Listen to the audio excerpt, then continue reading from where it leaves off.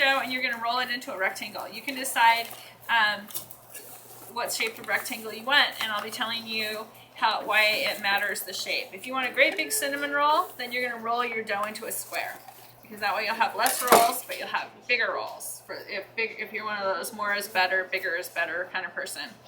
If you're one of those kind of people who wants lots of cinnamon rolls, but you don't care if they're huge or not, they'll be a little smaller, but you'll make a narrower rectangle. If you feel like you need to put flour down on your clean and sanitized countertop, you can do that, but you don't have to. If nothing's sticking, one of the things you'll find is that your dough changes texture quite a bit when you let it rise and set it aside for a day, and so it'll be a lot easier to work with than if you try to roll it out right away. So I'm just going long and skinny because I want lots of rolls, because you guys are all going to sample these tomorrow. Even though I'm going to be gone, Renee's going to bake them for you so that you will get to taste the rolls. Yay.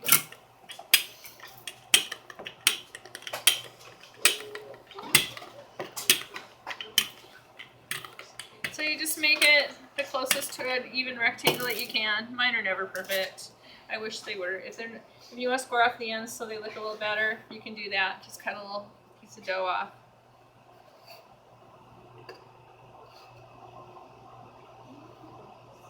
If you can't roll a rectangle, you can fake it, right? Close enough. Okay, and then you're going to put, you're going to do all your dough, so you're going to put all your filling on. I'm going to put half. If somebody really wanted, by the way, look how nice and crumbly my dough, or my filling is. That's what it's supposed to be, is crumbly. If it's thick and gooey and gluey, you're going to have a lot of trouble getting your dough covered. So powdery is better. You will be much happier with that. Anyway, if you were a person who loved really rich cinnamon rolls, you could sprinkle raisins on here. You could sprinkle raisins. Somebody said they love chocolate chips on their cinnamon rolls. This is when chocolate chips go in, or nuts. They all would go right inside there. And then we're just going to roll this up jelly roll style. And so we're just rolling up the long edge. If I had 8 hands, I could roll it all at once. I don't. I guess I'm kind of glad I don't have 8 hands. That'd be a little creepy.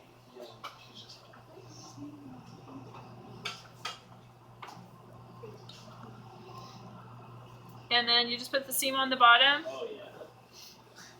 And tamp it down a little bit. And then we're going to cut them.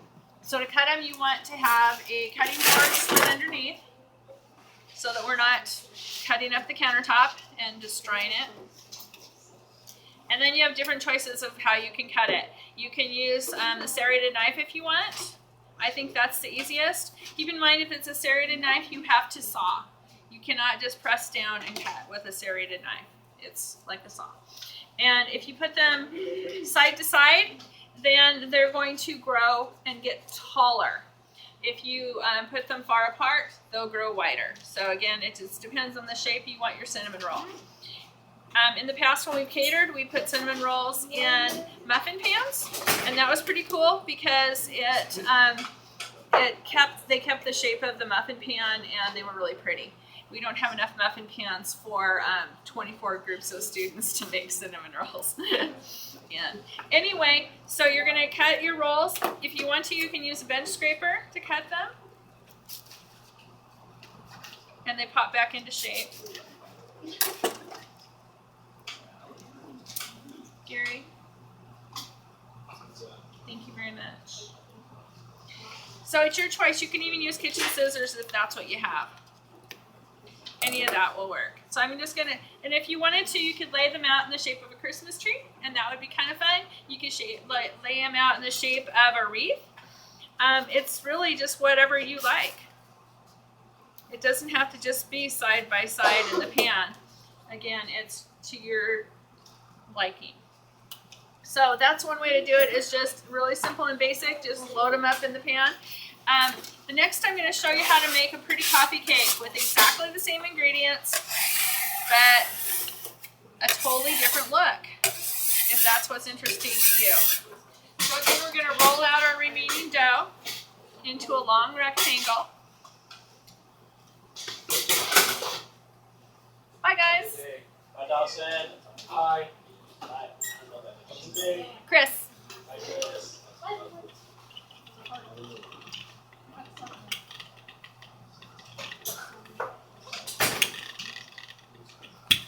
And so the next one I'm making is called Swedish tea ring. And it's something that my mom would always make for holidays, and it was like a big deal that she would deliver it on Christmas Eve to different families that we were friends with.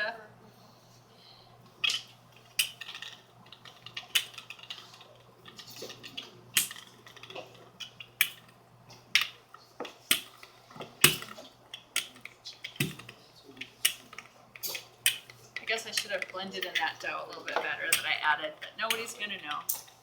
By the way, you'll notice that the pan I used has sides.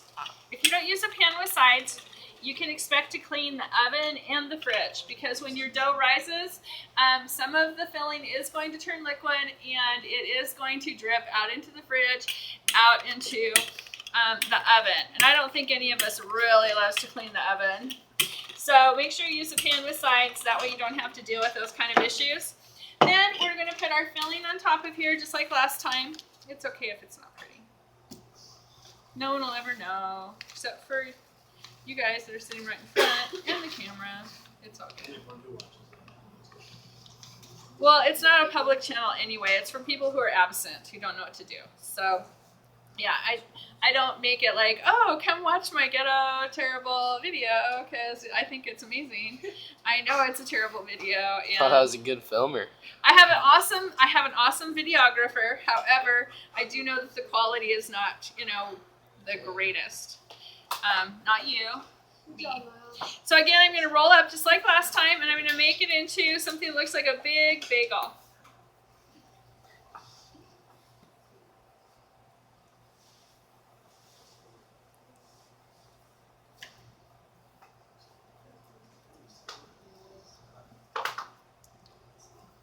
I'm trying to kind of keep the filling from the edges so that I can seal them better.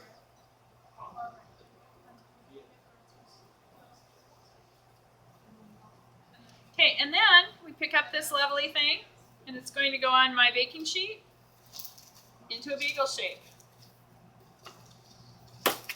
So far, oh, aren't you impressed? Isn't it beautiful? Not. You're like, she thinks this is beautiful. Oh, it's still not going to be perfect. I'm going to cut almost through to the edge, about every inch, all the way around.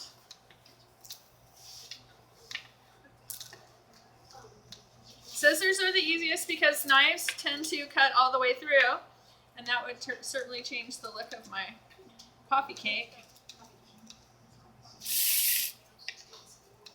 It's funny because when I was a student teacher, the lady that I student taught with, she said, "Now you're gonna have to teach the kids to make Swedish tea ring today." I'm like, "Oh my gosh, I don't even know what that is. It sounds really scary."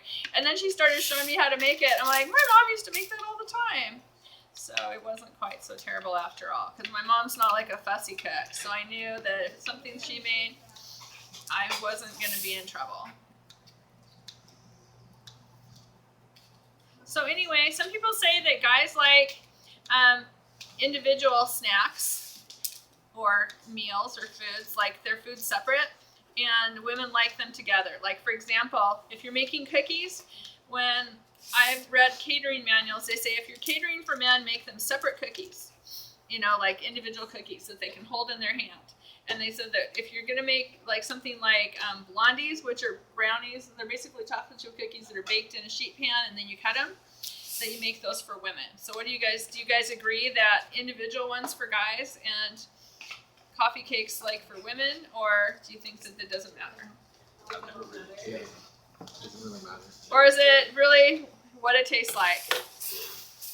I know my husband, he likes cookies. He likes his cookies round, and he likes them so he can grip them good and nothing crumbles.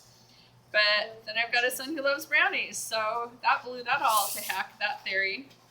Anyway, all I'm doing is taking these little pieces of dough and I'm flipping them a quarter turn. That's all. And all of a sudden it starts to look prettier. And if it's not perfect looking, that's okay, because it's going to be baked or it's going to bake in the oven, and when it rises, it kind of solves all those little problems where it wasn't so perfect before.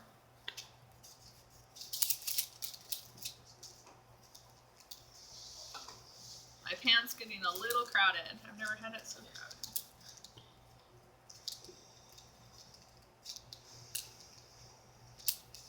And then if it still isn't perfect when it comes out of the oven, well, there's glaze. And glaze can also solve a lot of problems. Bless you.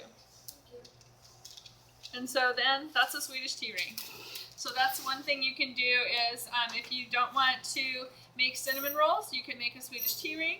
Another choice is monkey bread or cinnamon pull-aparts, where you just take wads of dough and instead of mixing your filling together, take the butter and melt it and then dip those little wads of dough in the butter.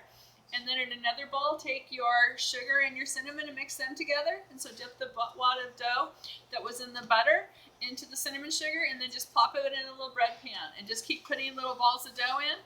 And when it bakes, it all goos together and it tastes exactly the same. It just looks different. So at your table right now, I would like you, Miles, you can turn that off, please.